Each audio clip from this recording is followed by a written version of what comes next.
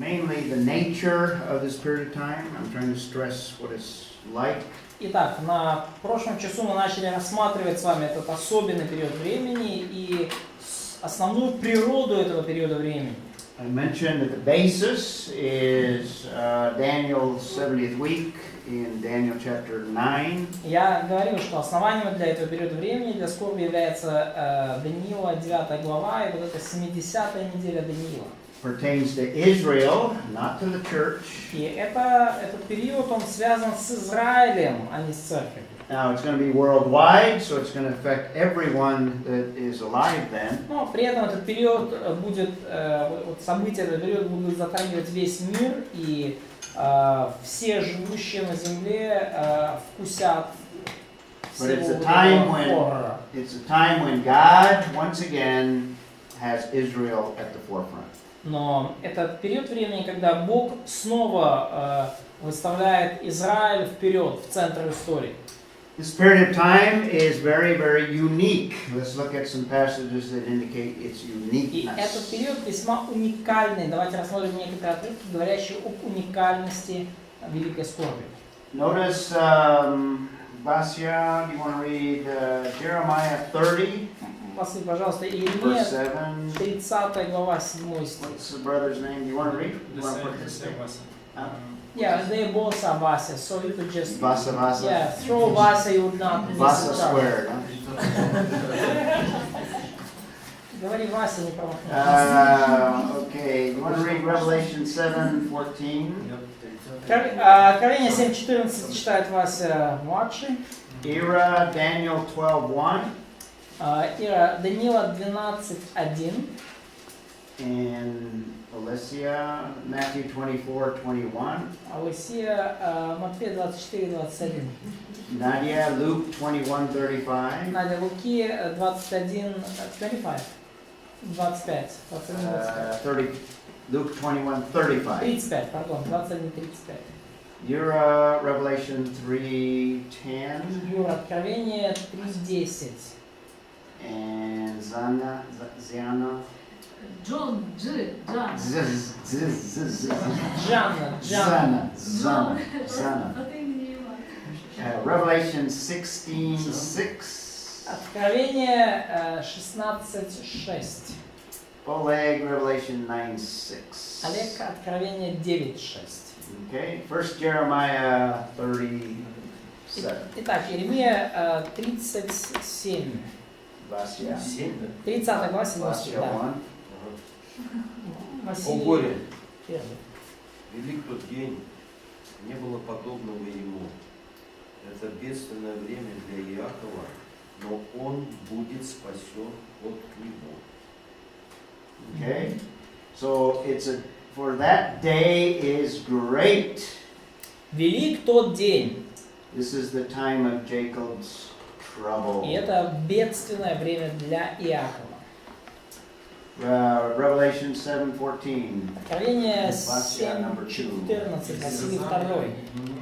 Мій пан знає, що він же мені відказав. Це ті, що прийшли від великого горя і вибрали одяж свою та вивели її в крові агнця.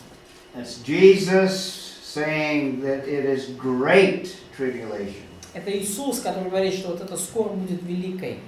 It is a time like no other. We would describe that as an unprecedented time. И это время, подобных которому не будет. И мы говорили вот вначале, что это беспрецедентный период в истории. Daniel 12:1. А Даниила 12.1. И восстанет в то время Михаил, князь великий, стоящий за сынов народа твоего. И наступит время тяжкое, которое не бывало с тех пор, как существуют люди до сего времени. Но спасутся в это время из народа твоего все, которые найдены, будут записаны в книге.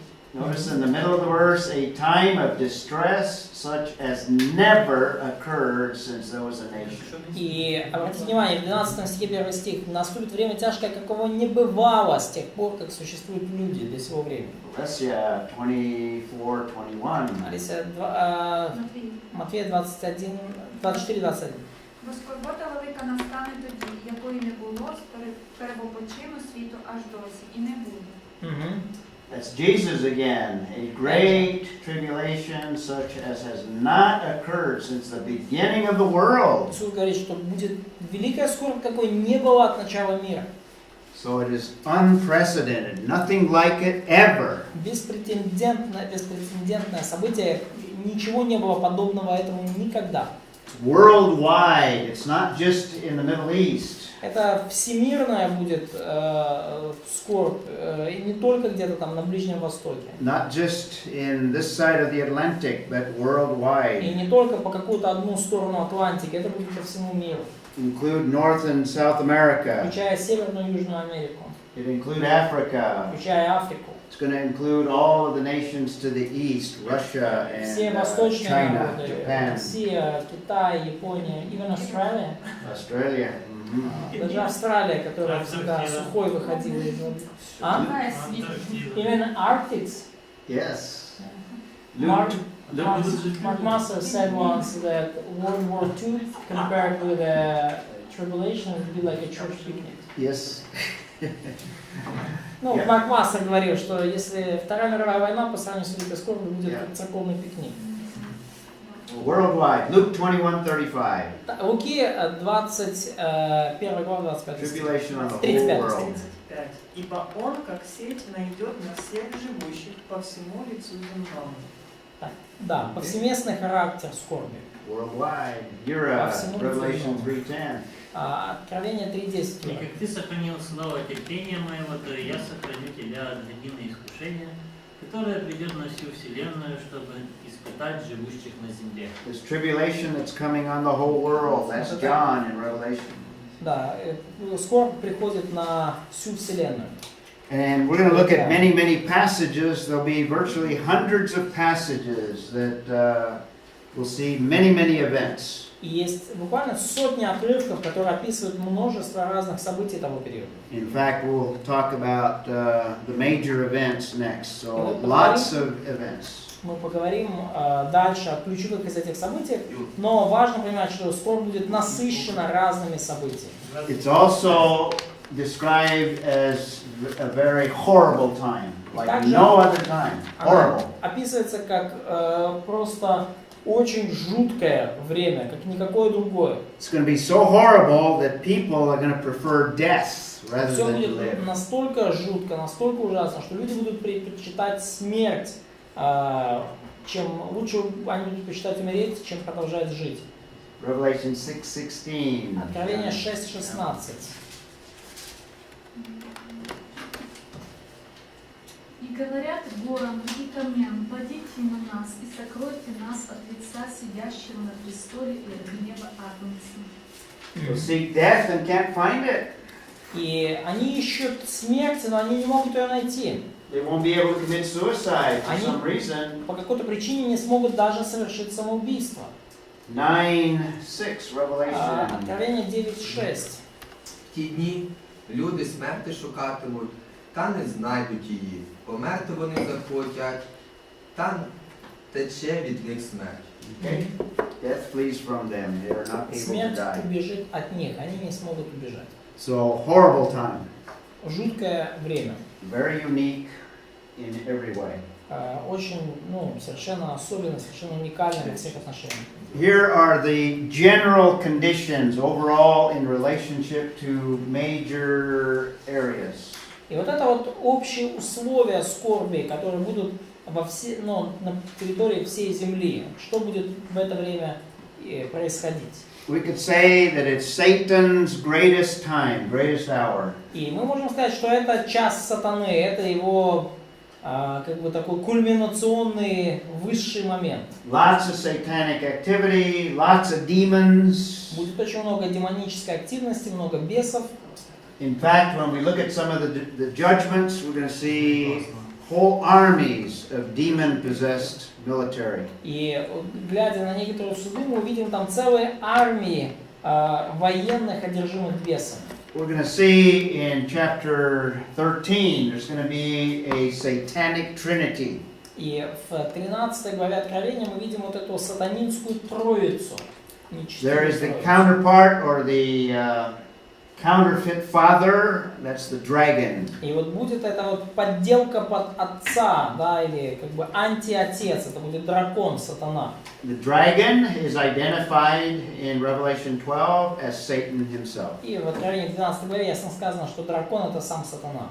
He has a beast, the first beast of Revelation 13. У него будет зверь, да, вот первый зверь в Откровении 13 главе. He's the incarnation of Satan himself. И это воплощение самого сатаны. He's the Antichrist. И это был антихрист, подделка под Христа. So he's a counterfeit Messiah. Такой поддельный мессия. And we have a second beast that glorifies the first beast. И также мы увидим второго зверя, который будет хвалить первого зверя. Just as the Holy Spirit glorifies the Son and the Father, Точно так же, как Дух Святой прославляет Отца и Сына, so also in the counterfeit Trinity, точно так же и в поддельной, нечестивой Троице. the second beast functions something like the Holy Spirit. Вот этот второй зверь, или же пророк, будет функционировать подобно Духу Святому. So when we see the details, we'll see that it's Satan's finest time or greatest time. И когда мы рассматриваем детали этого времени, то видим, что это будет просто звездный час сатаны. Uh-oh, that one didn't get translated. Man's final product as well. Ага. Да, также это будет окончательное дело рук людей. The greatest that man can produce will be during the tribulation. Наилучшее, что могут произвести люди, они произведут во время скорби. And man's world will crumble. И человеческий мир в этот период просто треснет по швам. Мир людей распадется. It'll, То есть это пик греха? So, does it mean that the peak of sinful behavior Yes. or the peak of technological no, progress? sinful behavior. Нет, мы говорим о пике греховного поведения, не как бы технологическом прогрессе. Be the world's, До Марса не долетим. world's final uniting. Далее это будет окончательное объединение мира. Starting in Babel, we see that man organizes against God in one world government. Начиная с Вавилонской башни, мы видим вот это стремление человечества организоваться в одну нацию под властью одного правительства. And throughout history, men have attempted to dominate the world. И на протяжении всей истории были попытки вот разных людей властвовать над всем миром. The Egyptians were a world empire at one time. Египтяне в какой-то момент являлись мировой империей. The Assyrians, Ассирийцы, the Babylonians, the вавилоняне, Medo-Persians, медоперсы, the Greeks, греки, the Romans. римляне. There'll be a revived Roman Empire that unites the world. И во время скорби возвысится вот эта возрожденная Римская империя, которая объединит весь мир в себе. Revelation calls it Babylon the Great. Книга Откровения называет это Великим Вавилоном. A revived Babylon-like empire. Вот это вот возрожденная Вавилоноподобная империя. Totalitarian with a one all-powerful leader. Тоталитарная по своей сути, которая находится под властью одного всемогущего руководителя, лидера. So we have Satan, we have man, we have the world. Мы видим сатана, как бы его звездный час, мы видим человек дойдет до крайности. But we also have God's culminating judgments. Но мы увидим также окончательный Божий суд, его кульминацию божественного суда. Not the final judgment, but closing judgments before the reign of Messiah. Да, ну, может быть, это еще не окончательный суд, окончательный суд будет уже после царства, но это как бы... На земле живут правильные вещи. На земле живых. Ну вот, второй же суд уже будет над мертвыми. So, but the final judgment we could say under those who are alive. Well, yeah, for those who are alive, it will be final judgment. Где-то да, для над живыми It'll be a judgment, последний, да. judgment of the earth. This is their specific. И суд над землей также, да, суд земли, очень конкретно здесь. Judgment of the earth, judgment of the nations, Суд над народами. and judgment of Satan himself during И this суд period of над time. самим сатаной во время, в этот период. Satan's efforts will be thwarted. И усилия всей сатаны пойдут прахом. And Israel's ultimate salvation and refining, you might И say, в конечном счете произойдет очищение и спасение Израиля в результате всего этого. when we talked about Israel, we talked about the two witnesses that are raised up. Когда мы говорим об Израиле, мы вспоминаем про этих двух свидетелей, двух пророков, которые будут возвышены. 144,000 evangelists. 144 тысячи евангелистов запечатленных. It'll be during the 7 years that the world's greatest revival will take place. Именно в этот период произойдет величайшее пробуждение на земле. A greater revival than any that Billy Graham brought. Пробуждение куда более великое и масштабное, чем любой из крусейдов Билли Грэма. A greater revival than the Great Awakening. Более великое пробуждение, чем то, которое было в Штатах в 18 столетии. Greater revival than the Reformation. Больше даже, чем реформация. The world's greatest revival. Да, будет величайшее пробуждение в мире. Now, sadly, most of the converts will be martyred. Но, к сожалению, большая часть новообращенных в процессе этого пробуждения будут убиты. Будут убиты мученически. Also be a great period of persecution. И также это будет период очень масштабных и серьезных гонений.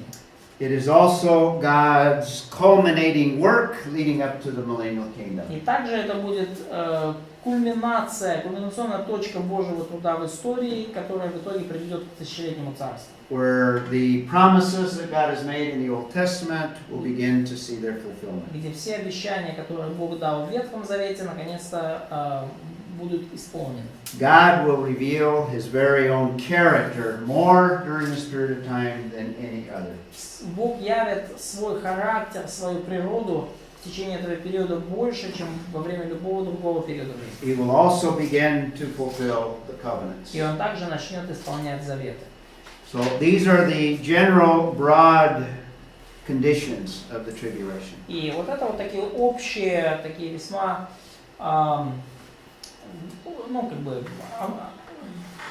общими словами мы говорим о самых таких явных условиях, которые сложатся во время скорби. Now let's take a look at the major events. Но давайте рассмотрим основные события скорби. And I'm pulling together lots of passages, particularly passages from the book of Revelation. Я здесь собрал вместе много очень разных отрывков, особенно из книги Откровения. But we'll also bring passages from Daniel and other prophets as well. Но также мы будем использовать отрывки из книги Даниила и также из других пророков. What is, let me ask you, what is the first event of the 7-year period of time? Вопрос. Какое будет первое событие вот этого 7-летнего периода? This covenant or Yes, agreement. exactly. Very good. The Daniel 9:27 covenant. Даниила 9:27 говорит об вот этом завете, завет с Израилем. Covenant with Israel. Завет с Израилем. Или договор, можно сказать. Not the rapture. Но это не восхищение. Now, a lot of people think that the rapture starts the 7 years. Многие люди думают, что именно с восхищения начнется вот это. That's not the case. 7 лет. Но это There не may так. be a gap of time between the rapture and the signing of the То covenant. есть вполне может быть какой-то промежуток времени между восхищением церкви и подписанием завета. So I've broken it down. First, we'll look at, let's see, this is the beginning? First 3.5 years. First 3.5 years. Так, я разбил это на на несколько частей. Первые 3,5 года мы вначале рассматривали. Первый Два валюта, А? держава. So the world currency, one government. Would it be there also? Yes, we'll get to that. Доберемся, не переживай. So, it starts with a covenant. There'll be relative peace probably as a result of the covenant. И, по-видимому, в результате этого завета с Израилем установится относительный мир. 1 Thessalonians 5:3. 1 Фессалоникийцам 5:3. In fact, let's look at that passage. Давайте даже прочитаем этот отрывок. 1 Фессалоникийцам 5:3. Юлия 5:3.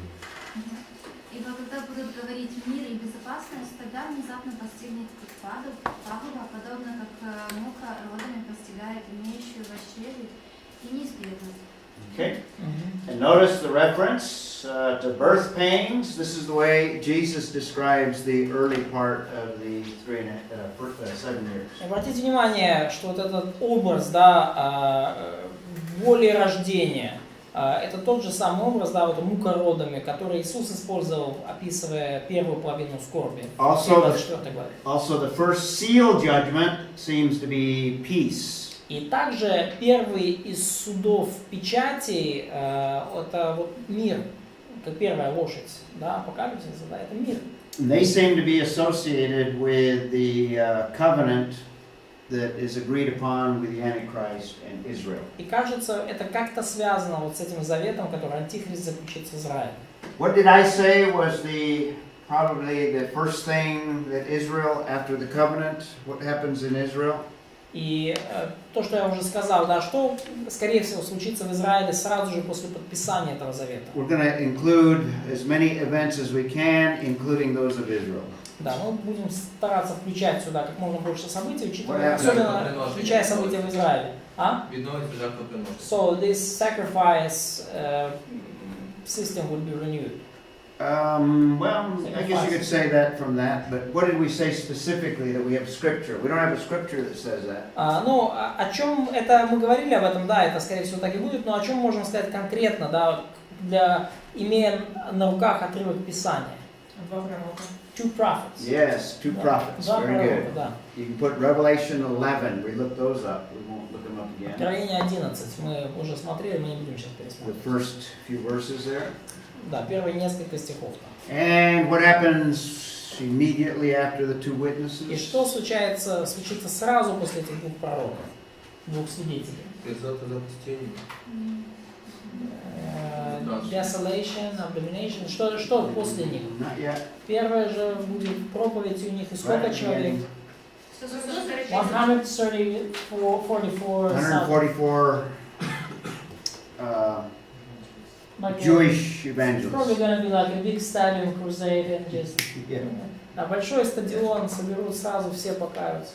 Now this will be I think it's worldwide. I think Jews that are scattered all over the world. Но я думаю, что эти 144 тысячи будут не в одном месте, они будут разбросаны по всему миру. Это еврейская диаспора, разбросанная по миру. They may hear from Jerusalem the 2 prophets prophesying live streamed around the world. Они, скорее всего, услышат вот из Иерусалима прямое включение, живой стрим, 2 пророка пророчествуют на весь мир. 144,000 trust in Messiah. И вот эти 144 тысячи, I would suggest you to put the chair there. И вот эти 144 тысячи, они доверятся Мессии, они поверят Мессию. And now they go out throughout the world and preach the gospel of the coming Messiah. Теперь они уже пойдут по всему миру и будут проповедовать Евангелие о грядущем Мессии. The gospel of the kingdom when Messiah arrives. Евангелие царства, которое установится, когда Мессия придет. I think very early we have the establishment of a world government, one world, new world order. Я думаю, что очень вскоре, в начале скорби, установится вот это новое мировое правительство и новый мировой порядок. That's described in Revelation 13. Это описано в Откровении 13 главе. Where it describes the rising of the beast. И там говорится о возвышении зверя. So that happens, I think, very early. Я думаю, это случится весьма рано. The leader probably is already well known because of the covenant. Мировой лидер, Антихрист, будет уже, скорее всего, к тому времени хорошо известен по причине завета с Израилем. So he will have risen to great power already. То есть он уже на тот момент обретет достаточно большую власть. And shortly after, he will begin to organize his government. И вскоре после этого завета он начнет дальше вот организовывать свое правительство именно уже как мировое.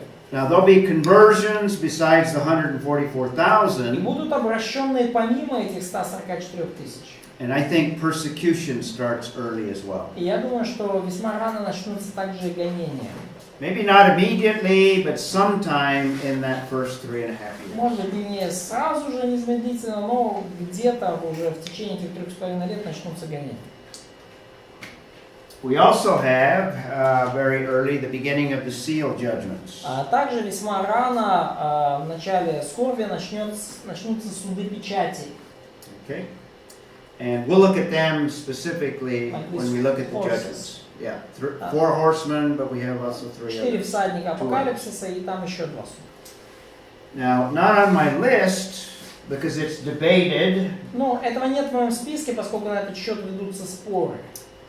These are pretty, I have high confidence that these are in the first 3.5 years. Вот, я достаточно уверен сильно в том, что это все произойдет в первой половине скорби. Some of these at the very beginning. То есть некоторые из этих событий произойдут точно уже в самом начале. But possibly this might be the Ezekiel 38 and 39 invasion by the armies from the north. Но вот возможно, также случится вот описано в Иезекииле 38-39 вторжение армии с севера. So we might have the Russian invasion in the first 3.5. Может быть, в течение первых 3,5 лет случится вот такое большое российское вторжение. There's some Bible teachers that believe that that might even come before the rapture. И есть учителя, проповедники Библии, которые считают, что такое масштабное вторжение с севера может случиться даже перед восхищением. And some put that invasion in the second half of the tribulation. И некоторые также вписывают это вторжение во вторую половину скорби. But I think it takes place in the first 3.5. Я думаю, что это произойдет в первые 3,5 года. But I don't put it there because it's debated and it's not clear when it takes place. Но я не включал это в список, потому что по этому поводу идут споры и, ну, как сказал бы другой человек на месте Рея, я не готов за это. So on our timeline, here's our first 3.5 years. И, итак, на нашей вот этой временной шкале первые 3,5 года. So we have the second 3.5 over here. Мы видим, да, вот здесь уже вторая половина, вторые 3,5 года. Let's plot them on that timeline. Давайте поставим это вот на временную шкалу. The covenant starts the 7 years. Итак, завет этот, с него начнутся 7 лет. Not the rapture, Не восхищение. but beginning of the 7 years. 7 лет начнутся с завета. And at the beginning, we also have 2 prophets И вначале будут также 2 пророка. and 144,000. That's И right at the very beginning. 144 тысячи обращенных прямо в самом начале. Shortly after, sometime in that time frame, we have the 10 nations organized. И вскоре после этого, через какое-то время, вот эти 10 царей, 10 народов организуются Antichrist bringing the world together into one world government. Вместе, и Антихрист таки соберет все народы вместе вот в этом всемирном правительстве. We have conversions of Jewish people, Gentiles. Мы увидим массовое обращение евреев и представителей других народов. I think we have conversions throughout, so you have some conversions in the first 3.5 years. И я думаю, что обращения людей ко Христу будут на протяжении всей скорби, поэтому они и первый, и второй. Because Antichrist will have a one world system with a religious aspect to it. И поскольку у Антихриста установят также всемирную религиозную систему, Those that do not worship the Antichrist, с поклонением ему самому, то те, кто не будет поклоняться Антихристу, believers will be loyal to Messiah, not Antichrist. и, конечно, верующие будут поклоняться Мессии, будут любить его, и будут лояльны ему, а не Антихристу. So there will also be persecution throughout the То такие tribulation. верующие будут подвергаться гонениям, и эти гонения будут на протяжении тоже всей скорби. May not begin immediately because there's peace, but it'll begin very early. Может быть, они не начнутся сразу же, потому что какое-то время на земле будет мир, но они начнутся, тем не менее, весьма рано. And Daniel describes an abomination that makes desolate. И Даниил описывает вот эту мерзость запустения. He puts it in the middle. Он ставит ее в середине скорби. Jesus refers to it as well. He doesn't give the time frame, but it would be in the middle of the 7 years. Иисус также говорит о ней, он не дает точное время, но это мы видим, что это будет посредине 7 лет. So I would put the early verses in Matthew in this first 3.5 years. Early verses of Matthew. Yeah, Matthew 24. Да, и вот The beginning of birth pangs. начальные стихи Матфея 24 главе, вот то, что Иисус как бы описывает общим термином начало родовых мук, я бы вот разместил в первой половине скорби. То есть все, что до мерзости и запустения в 24 главе Матфея. Okay. Now, we have 3 sets of judgments in the book of И Revelation. в книге Откровения мы видим 3 набора судов. We have seal Мы judgments, видим суды печатей, trumpet judgments, and bowl judgments. суды труб и суды чаш. Now, there's debate amongst conservative scholars and Bible teachers Среди консервативных исследователей, проповедников, учителей Библии идут дебаты as to how they fit into this chronology. касательно того, как же все эти печати, трубы и чаши вписываются в хронологию скорби. So here's our chart with the entire 7 years in 2 parts. И вот наша табличка временная, вот 2 части скорби уже здесь.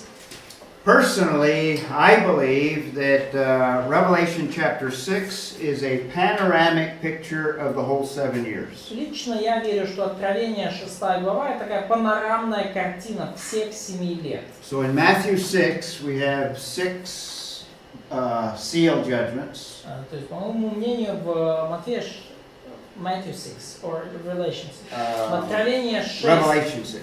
мы видим вот 6 вот этих судов печати. Then in chapters 8 and 9, we have trumpet judgments.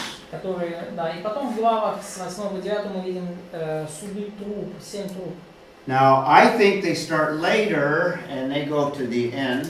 Я думаю, что они начнутся позже и продолжатся до конца.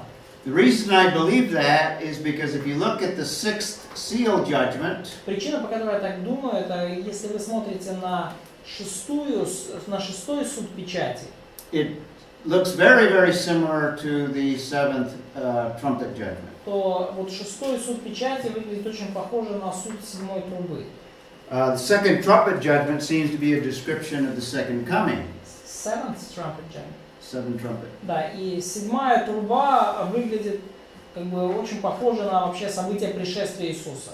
The 6th seal judgment seems to be the cataclysms immediately preceding the second coming. И 6 печать также очень напоминает вот эти катаклизмы природные, которые произойдут при втором пришествии Иисуса. Then I see the 7 bowl judgments beginning a little bit later. This is not the scale, but a little bit later, going all the way to the end as well. И я думаю, что также 7 чаш, они начнутся еще чуть позже 7 труб и тоже будут до самого конца. And the reason the 6th bowl seal judgment is very similar to the 7th bowl judgment. И опять же, почему я так верю? Потому что суд 6 печати очень похож на суд 7 чаши. They appear to be the cataclysms immediately preceding the second coming as well. Кажется, что все эти суды описывают одни вот эти те же катаклизмы, происходящие во время второго пришествия или совсем незадолго до него. Now, this is the view that I prefer. Это та точка зрения, которую я предпочитаю. There are other scholars that see a different sequence, in fact, a sequence. И есть другие исследователи, которые рассматривают другую последовательность, то есть они рассматривают именно как последовательность событий, то есть печати, трубы, чаши. I'll show you a chart of that. Я, я покажу вам их диаграммы. But to me, it makes more sense that we have a panorama of the whole 7 years. Но с моей точки зрения более логично, разумно выглядит, когда есть вот некая такая панорама. And then the judgments begin to multiply upon themselves. И потом суды начинают, так сказать, наваливаться в кучу, такая, знаете, не благодать на благодать, а суд на суд. Making this last portion extremely dreadful. Последняя уже заключительная часть вот этой скорби, она становится уже действительно реально жуткой до невозможности. So now at the center or in the middle of the 3.5. Итак, теперь что же случится в середине, в центре скорби? That seems to be a very significant time frame. Кажется, что это очень значимый кусочек, вот значимая временная точка. Antichrist is dominating. He's probably at the height of his power.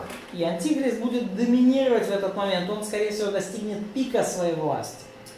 Everything is under his control. He's the world leader. Все будет у него под контролем, он будет руководителем всего мира.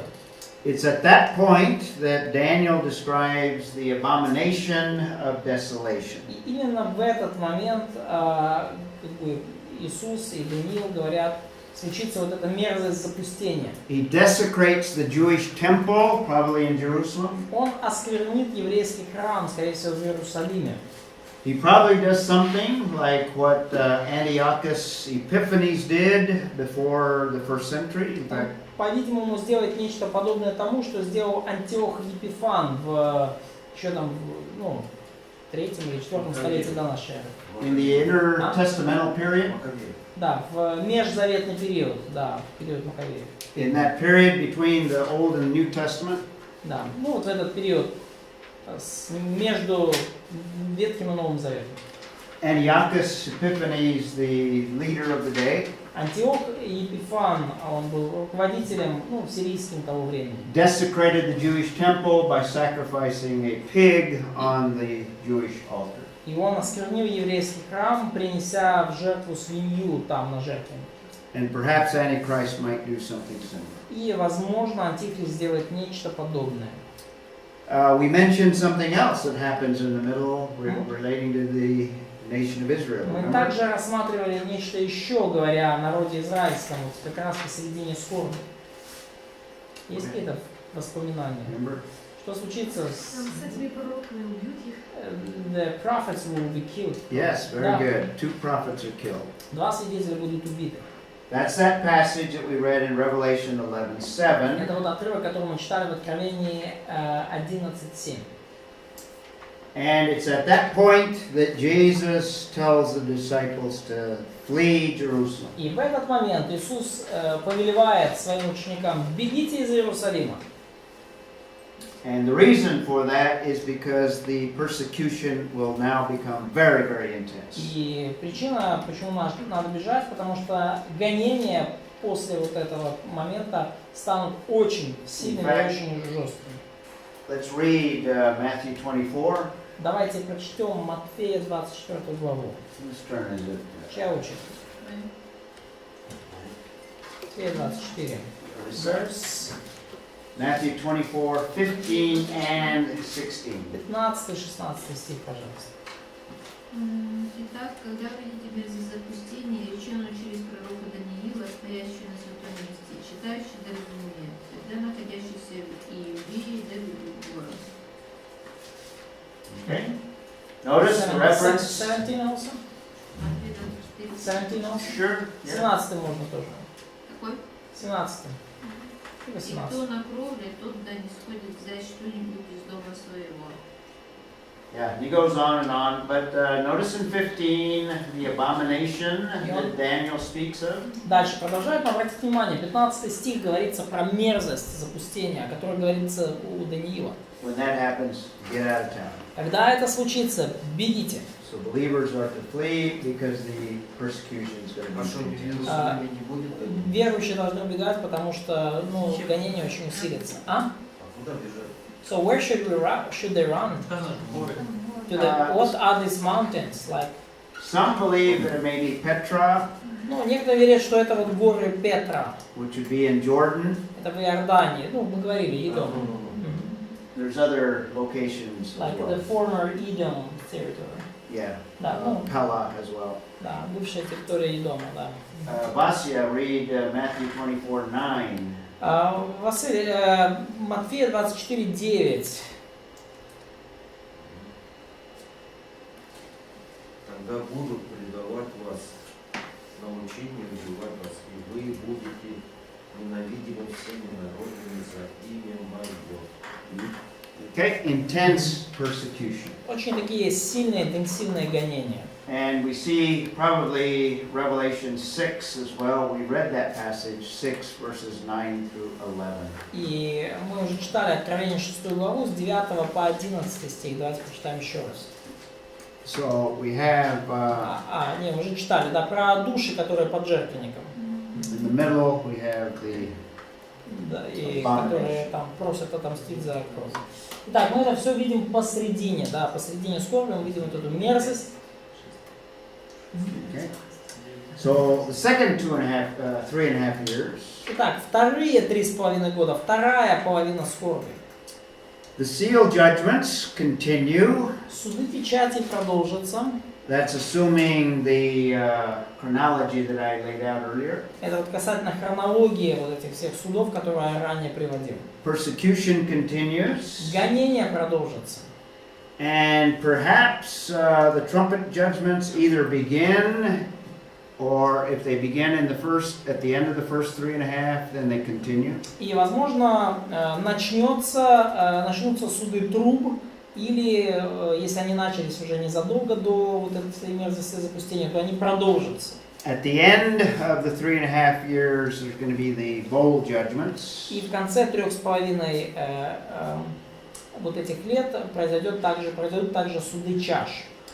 We also have the fall of Babylon. In other words, the fall of the world empire. И также произойдет в конце уже скорби падение Вавилона, падение этой мировой империи. In fact, we'll come back and look at that more specifically. И мы даже вернемся и более подробно рассмотрим этот эпизод. We'll also come back and look at the final World War of Armageddon. И также мы вернемся и рассмотрим финальную мировую войну Армагеддон. That's described in the book of Revelation. We'll come back and see that later. Как она будет описана в книге Откровения, мы вернемся и рассмотрим подробнее позже.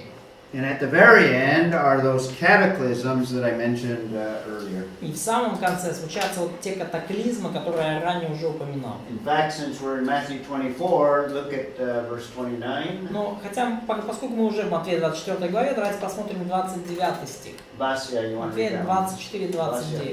І зараз по скорботі тих днів сонце затьмиться і місяць не дасть свого світла. І зорі попадають з неба, і сили небесні порушаться. Okay. Now, if you compare that with the sixth seal judgment, you're going to see that they're very similar. И если вы сравните это с судом шестой печати, то вы увидите много сходств. It's Revelation 6:12-17. Это Откровение 6 с 12 по 17 стих. Also, the last bowl judgment is very similar as И well. также последний из судов чаш весьма похож на происходящее здесь. It's Revelation 16:17-21. Это Откровение 16 глава с 17 по 21 стих. Последний из судов чаш. In fact, why don't we have time to read Revelation. Ну, у нас даже есть время прочитать эти отрывки. Revelation 6. Давайте прочтем Откровение 6. Verse 13, Стих 13. era. Maybe 12. И звезды небесные пали на землю, как смоковница, потрясенная сильным ветром. Maybe 12. Yeah, we should start at 12. Давайте Sorry с about that. 12 даже начнем. Start in 12, era. И когда он снял шестую печать, я взглянул, и вот произошло великое землетрясение. И солнце стало мрачно, как волосеница, и луна сделалась, как кровь. Звезды небесные пали на землю, как смоковница, потрясаемая сильным ветром, роняет незрелые смоквы. Okay? So, cataclysms. Итак, катаклизмы. Let's see, I read 16 and notice the similarity. Олесь, прочитай, пожалуйста, chapter 16, you mean? Yeah, chapter 16, 16 главу Откровения, обратите внимание на сходство. beginning in verse 17. Начиная с 17 стиха. Сьомий же ангел вилив чашу свою на повітря, і голос гучний залунав від небесного храму з престолу говорячи, сталося.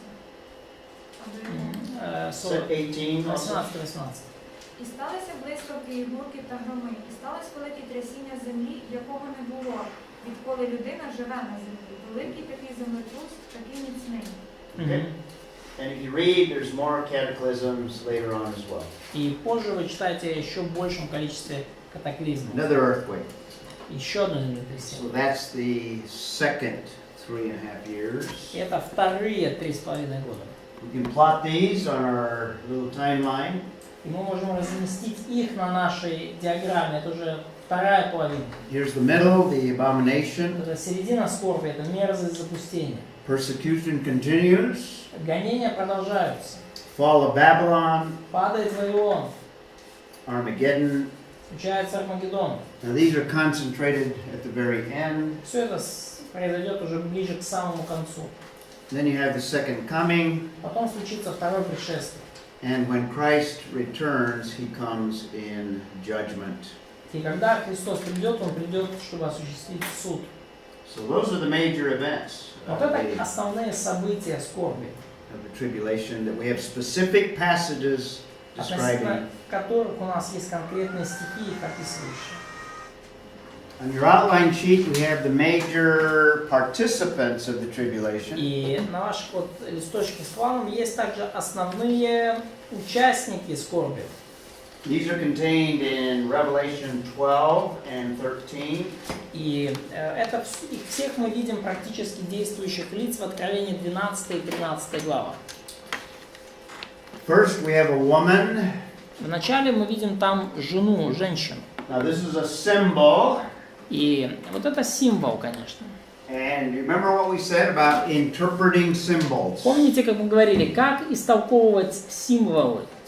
We don't make the symbols mean what we want them to mean. Мы не вкладываем в символы то значение, которое нам взбредет в голову. We try to discern what the writer intended to communicate. Мы пытаемся различить, что же автор пытался до нас донести.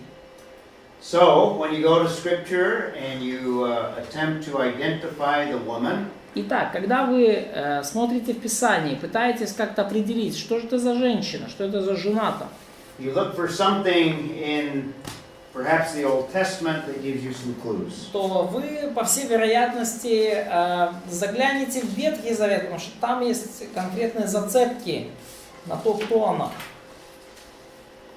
And let's read the passage first. Давайте откроем отрывок вначале. Or wait a minute, let's see. Yeah. Let's read verses 1 and 2. Давайте прочтем стихи 1 и 2. Nadia. И явилось на небе великое знамение, жена, облеченная в солнце, под ногами ее луна, и на голове ее венец из 12 звезд. Она имела во чреве и кричала от боли и мук рождения. Okay. So we have a woman that is pregnant. Итак, есть вот женщина беременная. She also has a crown with 12 stars, Также на голове ее венец из 12 звезд. clothed with the sun and the moon under her feet. Солнце и луну. So this is a very prominent woman of some sort. Это весьма очень такая заметная, весьма выдающаяся женщина. Now we know it's a symbol or symbolic language is used. И мы знаем, что здесь используется символический язык. John identifies it as a sign. In other words, it points to something else. И сам Иоанн говорит, что это знамение. Иными словами, оно указывает на что-то другое. Okay? Это символ, указывающий на что-то другое. The imagery probably comes from a vision that Joseph had in the book of Genesis. И вот этот образ, да, вот жена, солнце, луна, 12 звезд, все это указывает нам на сон Иосифа в книге «Бытие».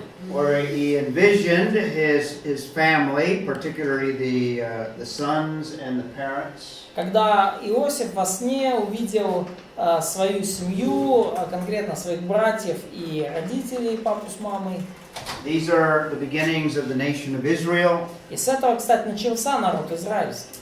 And since Israel is the most prominent group in the tribulation, it's probably the nation of И Israel. поскольку именно Израиль будет с наиболее заметной, выдающейся группой во время скорби, по всей видимости, вот эта женщина, это и есть Израиль. Now, during the Reformation, they identified the woman as the Roman Catholic Church, rather, identified themselves as the woman.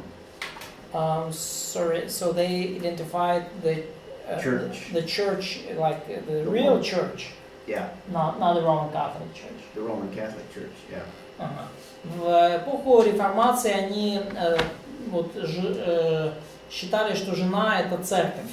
Римо-католическая церковь. But I think there's little evidence in the Bible for that, whereas there's evidence for Israel. Но я думаю, что нету в Библии достаточных свидетельств, доказательств того, что это церковь. А вот, ну, для Израиля доказательства есть. We have more specific description in 5 or 4 through 6. Больше конкретных деталей дано в стихе с 4 по 6 по поводу этой жены, этой женщины. We'll read that in a moment Прочтем через секунду буквально. as we read the next personage. Как только прочтем про следующего героя. So we have a dragon. А следующий герой это дракон. Now notice, this is another sign, so this is symbolic language. Обратите внимание, это еще одно знамение, то есть это символический, опять же, язык здесь. You're right, you want to read 4, it's your turn, right? 3 and 4. Or not yet? Да, No, чья очередь, Юра? Let's read 3 and 4. Юра, прочти, пожалуйста, 3-4 стих. И другое знамение явилось на небе. Вот большой красный дракон с 7 головами и 10 рогами. На головах его 7 диадим. Хвост его увлек с неба 3-ю часть звезд и поверг их на землю. Дракон сей стал перед женой, которая надлежала родить, дабы, когда она родит, пожрать ее младенца. Okay. This one is clearer. In fact, this symbol is interpreted for us. И, ну, здесь немножко уже яснее, здесь нам уже дано истолкование данного символа в тексте. The dragon is described further and made very clear in verse 9. О драконе дальше говорится, и дальше о нем описывается, и ясно, кто это из 9 стиха. Да, Janna, read 7 through 9. Жанна, прочитай, пожалуйста, с 7 по 9 стих. 12, согласен, с 7 по 9. И произошла на небе война. Михаил и ангелы его воевали против дракона, и дракон и ангелы его воевали против них. Но не устояли, и не нашлось уже для них места на небе. И низвержен был великий дракон, дерзкий змей, называющий всю вселенную. Называемый дьяволом и сатаною. Дьяволом сатаною, обольщающий всю вселенную, низвержен на землю, и ангелы его низвержены с ним. Да, спасибо. Okay. So, clearly identified, there's no question who the dragon is. То есть очень ясно обозначено, и никаких нет вопросов по поводу того, кто такой этот дракон. Satan himself. Это сам сатана. Now, we have clues concerning the woman also. И также есть зацепки по поводу жены. The woman that is pregnant is about to give birth. Жена беременная, вот ей надлежало родить. And the dragon desires to devour her child. И дракон хотел пожрать младенца. The child helps us to understand who the woman is. И ребенок, младенец, помогает нам понять, кто же такая эта жена. The man-child is described in verse 2 and 4 through 5. Младенец мужского пола описан во 2 стихе, а также в стихах 4-5. We already read that. Мы уже читали. And that's probably the Lord Jesus Christ. И по всей вероятности это Господь Иисус Христос.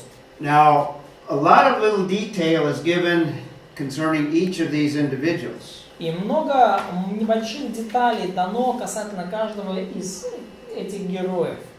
For example, when it refers to the dragon, Например, когда говорится про дракона, it also mentions not only his fall, but him sweeping a third of the stars of heaven. также говорится не только о его грехах, но также о том, что хвост его увлек с неба 3-ю часть звезд. Which indicates to us that probably a third of all of the angelic creatures fell with Satan.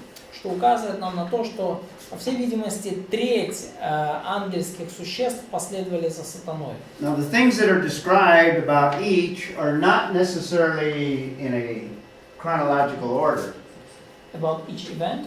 each personage. Ну, то есть вот эти вещи, которые сказаны о каждом из персонажей, совершенно не обязательно, что они здесь все эти события идут в хронологическом порядке. The way I view that is John is just taking, let me use an analogy to describe what John is doing. Но я сейчас, давайте вот попробую использовать аналогию, чтобы описать, что здесь делает Иоанн. Sometimes when we take, in the past, when we used to, before we put all our photographs on a phone, iPhone, Ну, мы в прошлом делали какие-то фотки на телефон, на iPhone. people used to take photographs and they take lots of photographs and didn't have time to organize them. That was in the early days or now? Yeah, early days of photography. Но в ранние, когда-то были времена, когда не было еще айфонов, галереи и так далее, что люди делали много фотографий и не было времени их как-то объединить, структурировать. So they might put all these photographs in this box, this shoe box. То есть и могло быть так, что люди там нащелкали фотки, проявили их и скинули все фотки там в какую-то там коробку от обуви. And they'd say, well, someday I'll organize them and put them in this album. И люди говорили, вот придет день, настанет великий день, когда я соберу все эти фотки и разложу по альбому. Now we have them organized in our iPhone. Теперь мы организуем фотки по датам на айфонах или телефонах. Сейчас уже проблема этой особо как бы. But back then you had all these photographs all mixed up. Но были дни, когда вот у вас была эта куча фотографий, все они были перемешаны. And it's like John is he picks out one. Oh, here's a description. He sees the dragon falling. И Иоанн, он как будто вытаскивает из этой обувной коробки вот эти фотографии, говорит, вот это дракон, да, вот мы видим, как вот падают с ним эти звезды. Another photograph. Oh, this is a later stage. This is something else. Вот еще какая-то более поздняя фаза, вот что-то другое уже. Вот он стоит перед женой. Here's the dragon in the garden. He's the serpent. Вот этот, кстати, да, вот этот дракон, он в саду, это змей. Pulls out another photograph. Еще одна фотография. Here we have the child that is about to be born. Вот это младенец, он вот-вот родится. But notice it also refers Но также, кстати, посмотрите. To the child, let's see, the son. Он говорит о ребенке. The son will rule all the nations with a rod of iron. Он говорит, что вот этот вот младенец, ему надлежит пасти все народы жезлом железным. So she picks up another photograph. Now he's an adult ruling in the kingdom. То есть теперь уже как бы еще одну фотографию достает Иоанн, говорит, вот этот младенец, так вот смотрите, он здесь уже взрослый, правит царство. It also mentions in verse 5, her child was caught up to God and to His throne. И также говорится, что дитя было восхищено к Богу и престолу его. You pull out another photograph. Oh, that's a photograph of the ascension. Вот фотография. Это, кстати, вознесение. Вот такая фоточка. They're not in order. Они не по порядку разложены. They're just little snapshots of these personages. Это просто вот такие маленькие вот снимки, да, вот эти снимки момента, вот связанные с этими персонажами. So these are the first three personages. There'll be 4 more that we'll И look вот at. это 3 первых персонажа скорби, и еще будут 4.